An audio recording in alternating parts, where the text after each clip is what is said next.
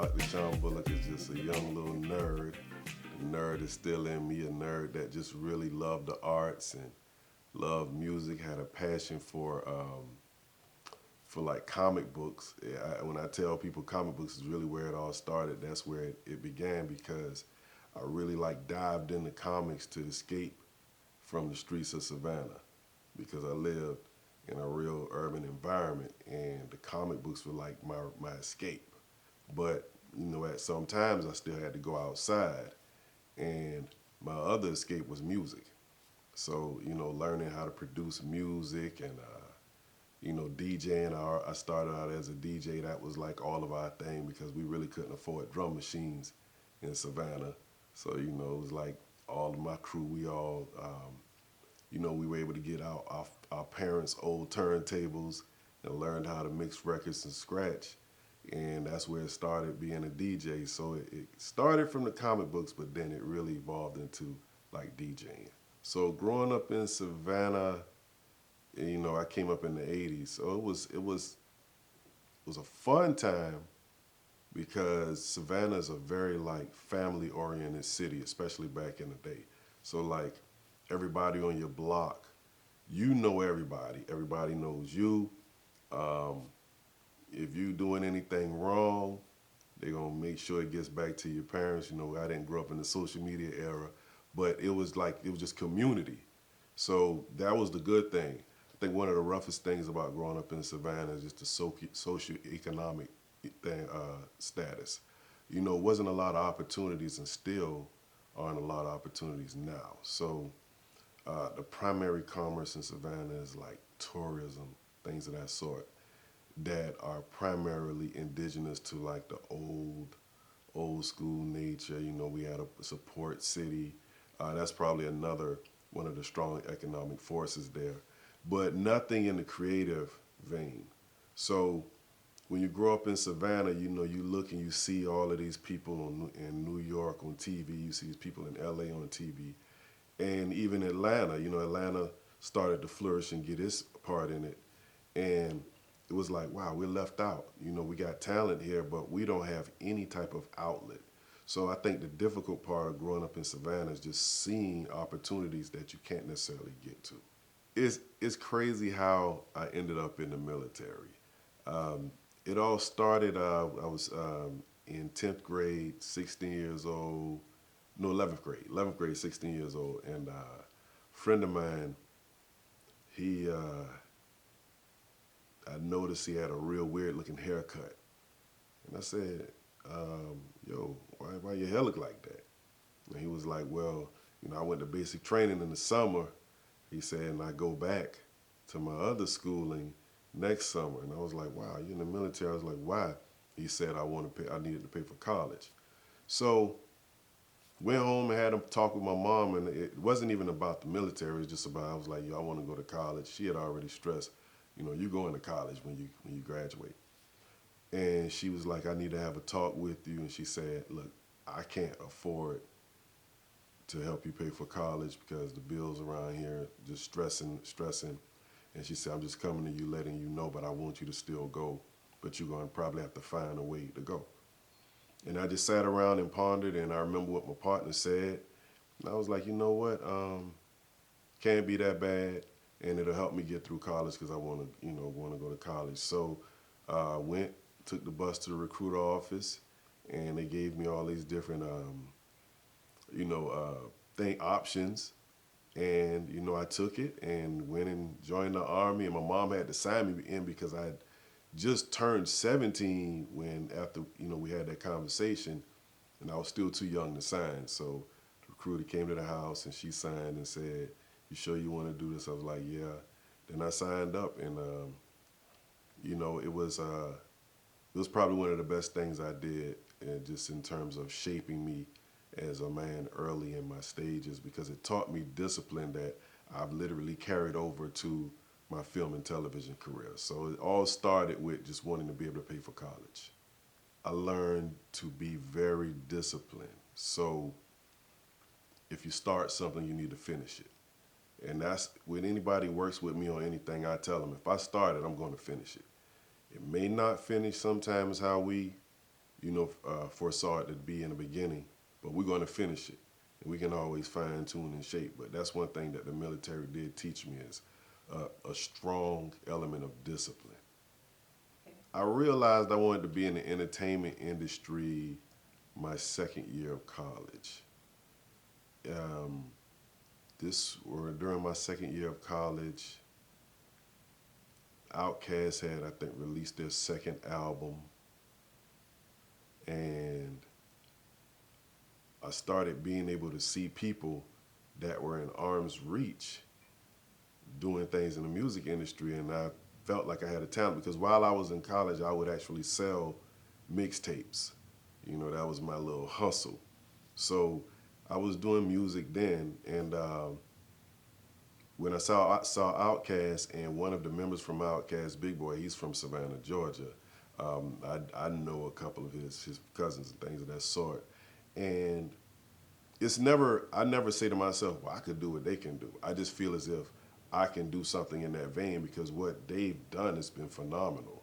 But I also believe in myself in terms of what I can bring to the table. So that year in college, going to my junior year, I purchased a drum machine and a sampler, and then I just started learning how to actually make music in college. So it was around my sophomore, junior year when I realized, I want to go into this music industry because I believe I got something to offer. Because I played in a band all my years in high school. It was an all-state tuba player, everything. So music was always a second nature thing to me.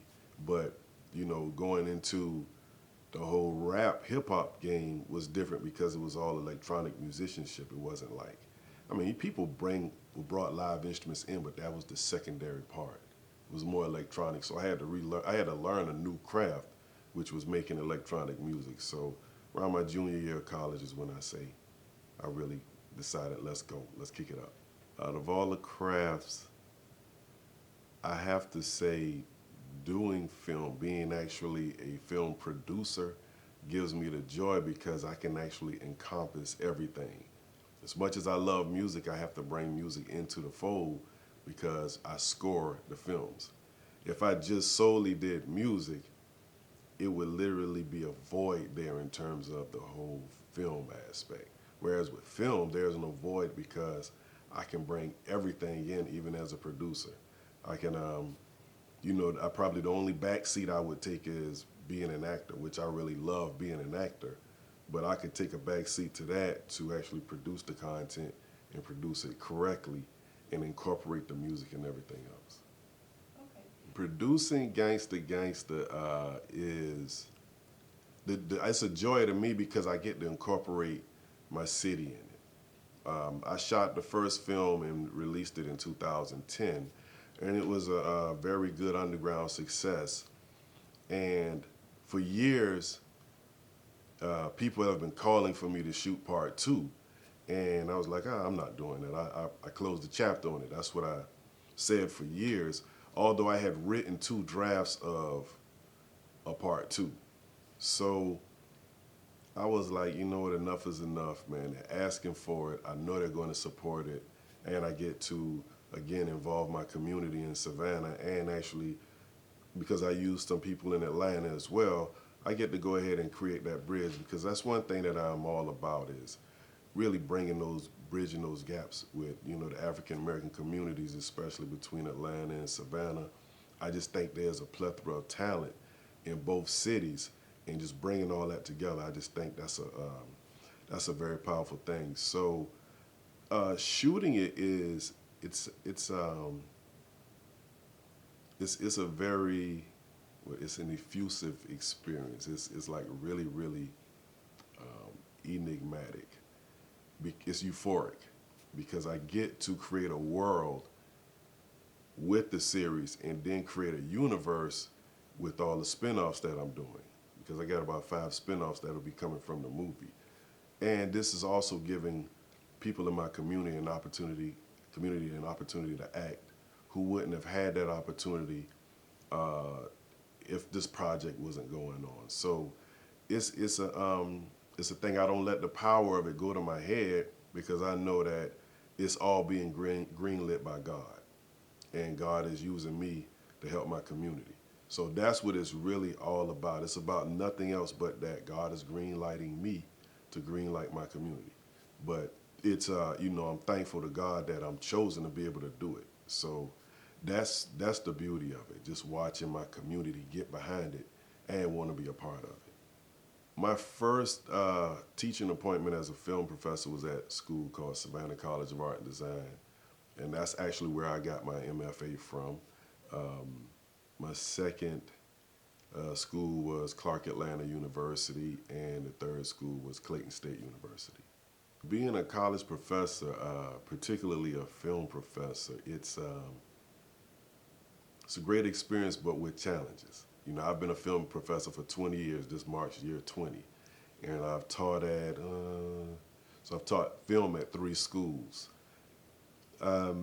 What I've noticed is how the media and the technology over the past maybe 6 or 7 years has exponentially changed.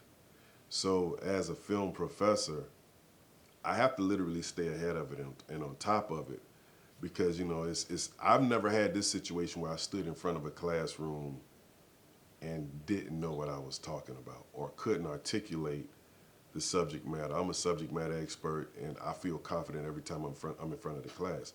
But I've seen professors actually stumble or not be ahead of the curve, and that can be a very detrimental thing, especially to your reputation as an educator. So I just make sure that I am ahead of the emerging technologies, and I stay abreast of the theory. One thing about theory that I learned from Tim Latner's, the theory does not change, just the modality changes. So a camera is a camera. I've operated every camera from a $1,700 Sony camera to a $300,000 Sony Cine Alta camera. It's all the same. You find the exposure controls, color balance, focus, blah, blah, blah. So once you understand the theory and you can articulate the theory to the students, they get it and they realize, well, don't get caught up in the technology. It's just a part of the game. But once you get a grasp of the theory, you got it. I've had a lot of success stories as a professor. Being in film, I think we're able to gauge our success stories a little bit better than maybe some other professors in other disciplines. I've worked at Tyler Perry Studios for a couple of years, and there was a time when there was a film I worked on, a couple of films I worked on several films out there, but one of the films, I'm sitting in the theater and I'm looking at it and I'm watching the credits, and I see my name, I see about 5 or 6 students that I've taught names as well. And that was phenomenal to see students that I've taught, their names on the credit with my name. And when we see each other working out there, we hey, because it goes real fast out there at TPS. So it's like we don't have a lot of time to chop it up, but we see each other. But then to see that last result and see our names in those credits, that's a success story to me, because I knew that I had something to do with them being at that position of having their names in movie credits. So on the Grady Baby set, I was a cinematographer. Yep. So one thing that I tell people about working with Tim is the first person that has ever humbled me without trying. And that's something that I love. When I first came to Atlanta and I met Tim, and I'm coming from, Savannah College of Art and Design, and if anybody knows anything about SCAD has all the bells and whistles. That's just, it's a private school, it's well endowed. So I'm, connect with Tim, and our first couple of conversations, I'm like, this dude brilliant. Because I like to be around people I can learn from. And not only is he brilliant, but he didn't mind sharing with me everything that he knew. Because you got people who have that knowledge. It says as a college professor, I naturally have the gene to share knowledge. You'll have people that have that knowledge and they don't want to share it. And that wasn't him. Like Tim got me into After Effects. I didn't even touch After Effects until I met Tim, and now I've been doing it for about 15 years. So it's like he really jump-started a creative aspect in me that was very technically based.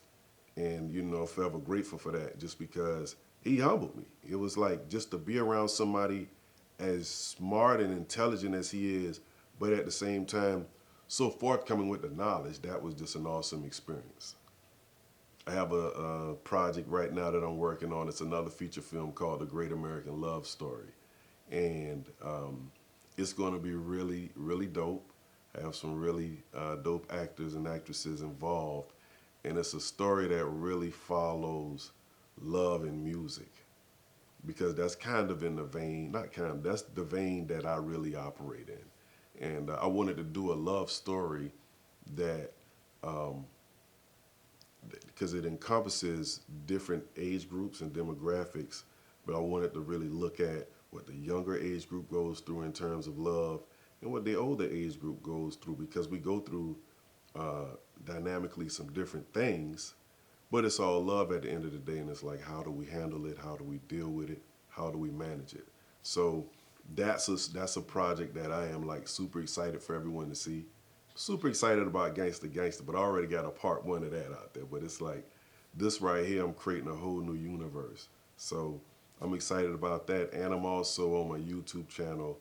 I'm actually starting a university where I will do like free editing courses, free visual effects courses, and I will provide all of the media as well. So that's something that I'm doing. All right, everybody, so make sure that you download the TLAT Media app for Fire TV so that you can see this entire interview.